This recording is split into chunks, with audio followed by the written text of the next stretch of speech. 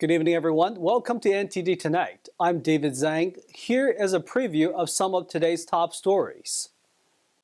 Harvard's embattled president Claudine Gay faces new congressional probes, this time for alleged plagiarism in her published works. Rudy Giuliani filed for bankruptcy today. This comes just days after a federal court ordered him to pay $148 million to two former Georgia election workers. The busiest travel season is here. We'll hear from some travelers as they prepare to head out for the holidays. New allegations of plagiarism. Harvard's embattled president Claudine Gay faces a fresh round of claims that she failed to credit other academics in her published works, as the Ivy League university refuses to remove her and a House committee extends its probe of alleged plagiarism. NTD's Arlene Richards has the latest on the developing story. Harvard's top governing body is facing more problems. It announced two more instances of inadequate citations in works published by Harvard President Claudine Gay. Gay's publications had been questioned earlier this month. The issues this time were found in Gay's 1997 doctoral dissertation. Harvard said the examples included duplicative language without appropriate attribution. The findings come in the midst of a request by Representative Virginia Foxx that Harvard release internal materials. Foxx, chairwoman of the House of Representatives Committee on Education and the Workforce, launched an investigation after receiving testimony about rampant anti-Semitism on university campuses. On Wednesday, Foxx expanded the investigation to include Gay's alleged plagiarism.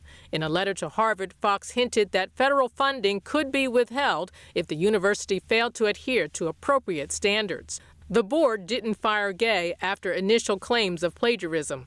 Those findings include Gay's alleged use of work by Carol Swain. Swain, a black academic who studies issues of race in America, told American thought leaders Gay was dishonest. But I do care that the academy, the progressives, the elites, that they advanced her, and I don't know that they held her to the same standard. And I think that it was dishonest for her not to have given more credit to where she got her ideas from, which would have been my book, Black Faces, Black Interest.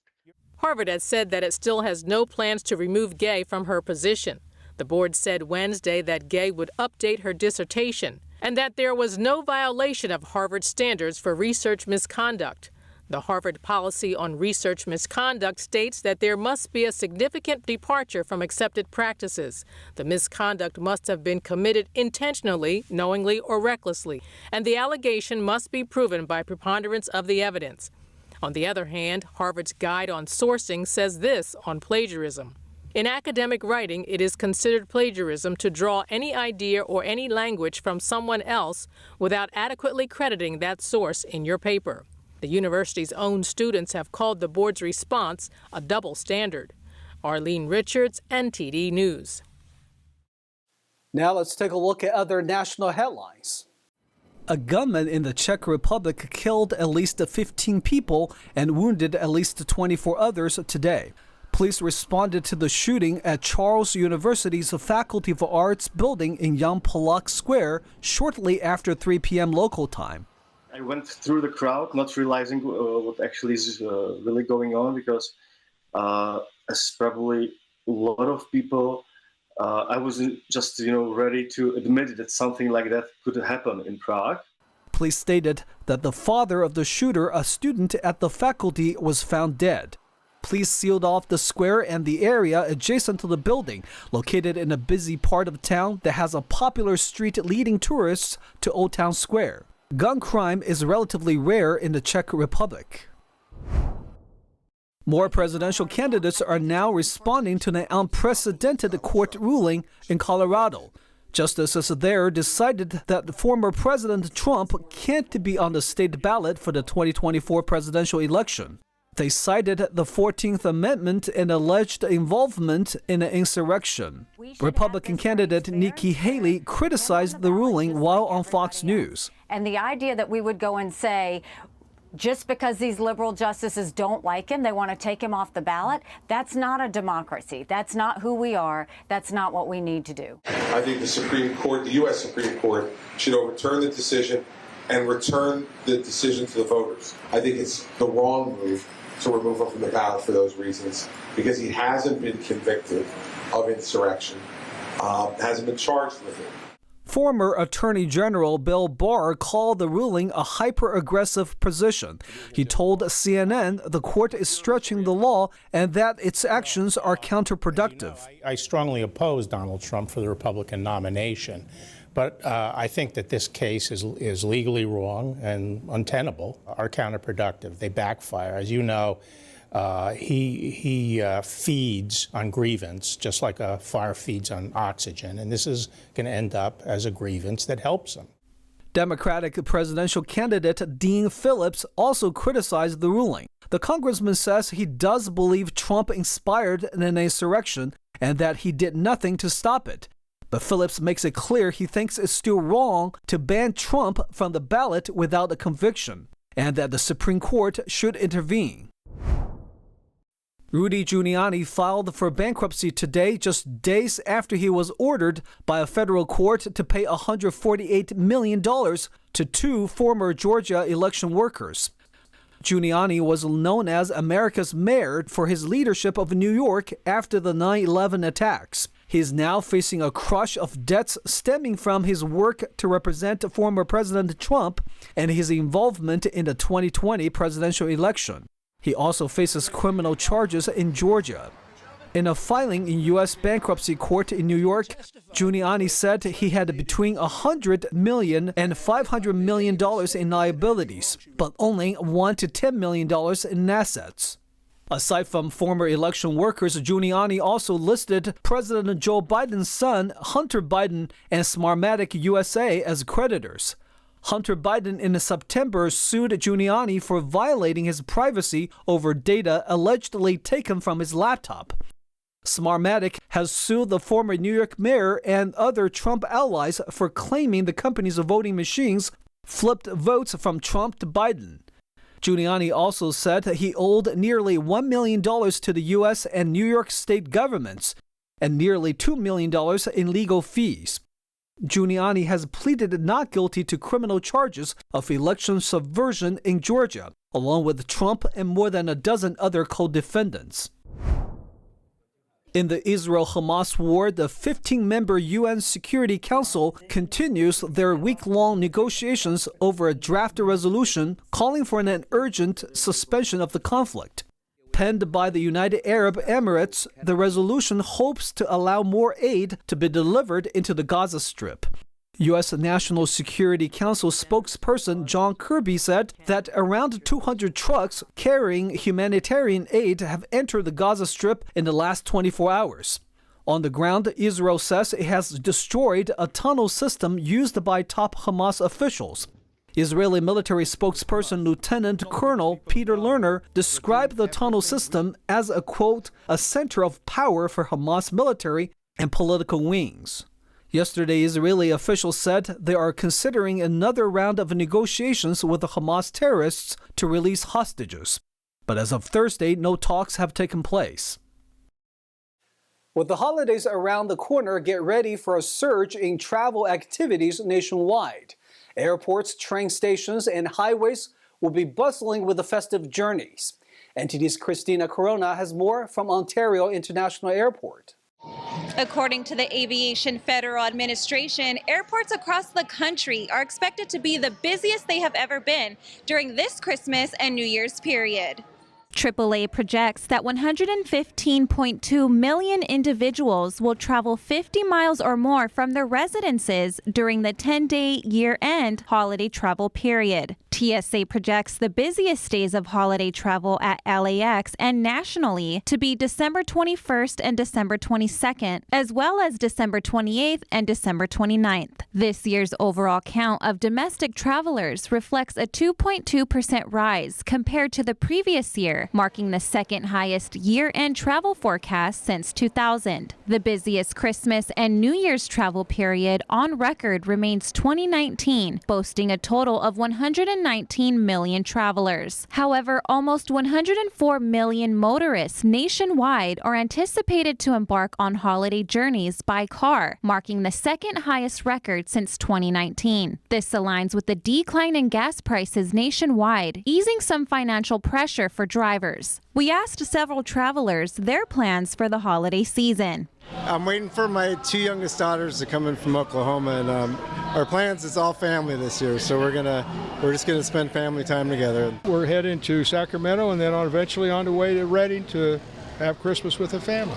Well, we usually have a nice big meal, get together, go see Christmas lights, just enjoy the day. We go to church. I'm excited because I grew up here. My dad lives here, so I came in today.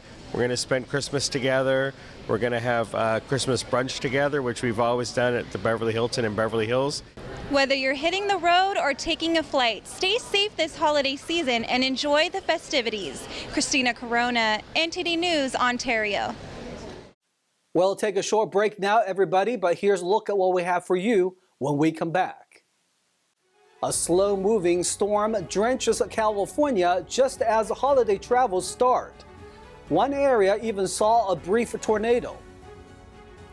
Tired of trash covering public spaces, one California student is taking matters into his own hands. A tree that chats and jokes with the visitors?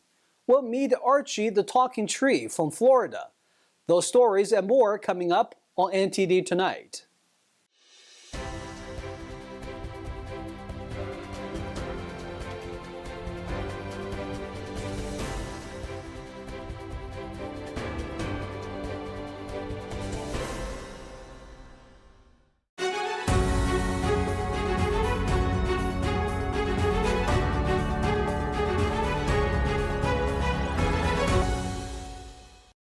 Welcome back to NTD Tonight. I'm your host, David Zhang. A slow-moving Pacific storm brought heavy rain and storms throughout California. There were flood warnings and mudslides throughout the state, and even a brief tornado. NTD's Eileen Ang has more.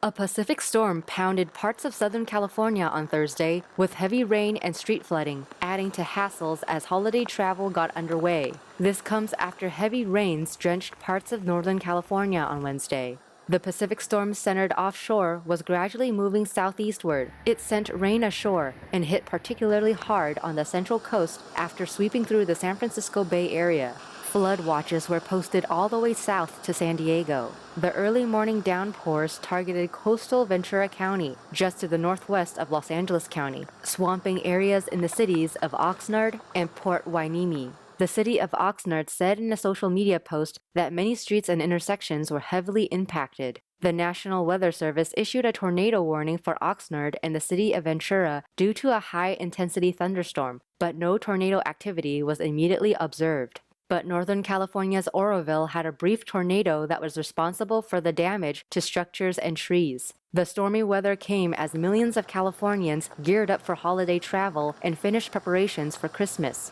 The Automobile Club of Southern California predicts 9.5 million people in that region would travel during the year-end holiday period. The relative warmth of the storm meant that snowfall would be mostly limited to high elevations in southern Sierra Nevada and some Southern California ranges. The California Highway Patrol Office in South Lake Tahoe said in a social media post that the storm nonetheless was, quote, making a mess, producing rain, sleet, snow, and icy roads. But ski resorts need more significant snowfall as the season is off to a slow start. IcePass, a California-based company, combines IcePass and speed dating for a chilled approach to love. Let's dive into the story with NTD's Stephanie Sikal. In a unique twist on traditional dating, Californians are abandoning the beach and bars to seek love in unconventional places. Ice cold baths. The Icebreakers event near Los Angeles in Santa Monica features singles donning swimwear for speed dating in a freezing water pool. After a meditation and musical session, attendees pair up randomly and discuss prompts like, what does love mean to you? During a 3-minute session in a tub set at a 37 Fahrenheit or 2.78 Celsius. At first, it was hard to kind of focus in on what the question was because you're focused on how cold you were. But then we kind of locked eyes and just kind of focused in on how we were both feeling, and then it was easy. Despite the initial challenge, participants such as 25-year-old dancer Caitlin Moyer and 27-year-old engineer Miles Gibson find connection and support in this chilly experience. It was really cold. It was, like Caitlin said, it was hard to focus on actually speaking to each other and understanding what we were saying. But it was nice to have someone in there with me to kind of support me while I was sort of acclimating to the cold. But yeah, it was really cold. It was tough, yeah.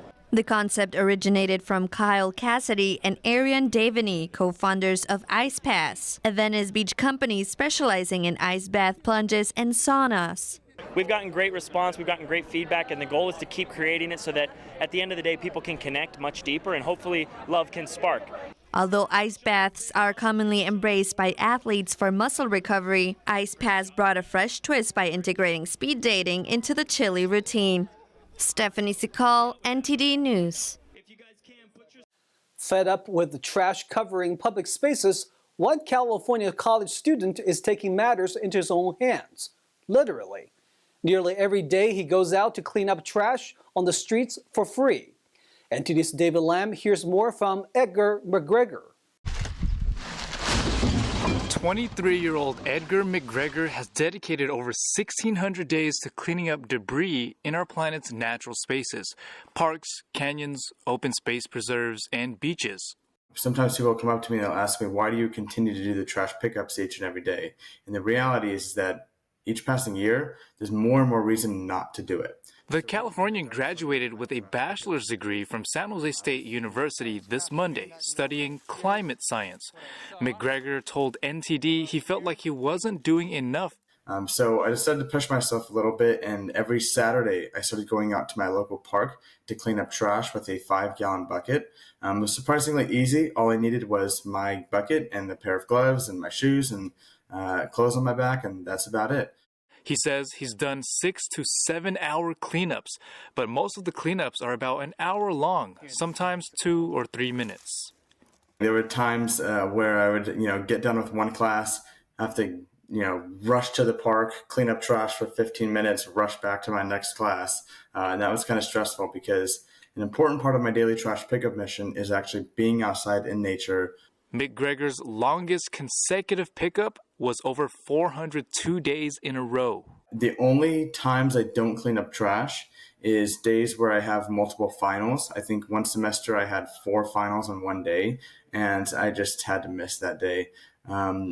If there's a lot of wildfire smoke around, that can also prevent me from doing my cleanups because that's just unsafe. But for the most part, weather is not a problem. I'll go clean up trash in the pouring rain. I'll go clean up trash when it's 124 degrees Fahrenheit outside. His latest pickup time was 11:15 at night on his 1,606th day. And even after graduating, McGregor says he's still trying to clean the planet. David Lamb, NTD News, California. For sports, Aaron Rodgers, who had an injury earlier this year, is making progress in his development. Here's Tyler Castillo with his thoughts on the recovery. Tyler, what can you tell us about Aaron Rodgers from the New York Jets? Yeah, so the New York Jets announced that they activated Aaron Rodgers off the injured reserve. However, he's not playing just yet. This is just a team move so he can participate in the team practices. Sports injuries are very common in football. What's important in this case? Well, David, it's Aaron Rodgers, Super Bowl champion MVP from 2010. And he's also got a torn Achilles. Back then, when a player got a torn Achilles, that was most likely the end of their career. Now, we progress so a torn Achilles is just end of the season. But we're seeing Aaron Rodgers come back within the same season he tore his Achilles. If the New York Jets made the playoffs, it would be no surprise if he was playing during the playoffs. That's unheard of in the sports world for a player to recover this quickly from a torn Achilles. All right, good to know that he made a speedy recovery. All right, thank you so much, Tyler. To wrap up the night, for the 5th year, Fairchild Tropical Botanical Garden in Florida offers a unique night garden experience. After sunset, light installations transform the garden into a mesmerizing jungle world. At the center of it is a projection of Archie, a 137-year-old tree that engages visitors by chatting and sharing jokes. It's the biggest lesson of my life. Well, I guess for me, it's being here at the Night Garden. And, you know, I've been around for a very long time. Archie the talking tree is kind of the main staple that we had now in year 5. You can ask Archie all the questions you like. He has all the answers. He also has plenty of jokes to go around. Yeah, it's our first time here, so we just brought our children, and they're having a really nice time, as you can see. Especially they love the talking tree because they really believe it's talking to them, so it's great. That's all we've got for you tonight. We would like you to join us again on NTD Tonight every weekday at 9 p.m. I'm David Zhang. Have a wonderful evening.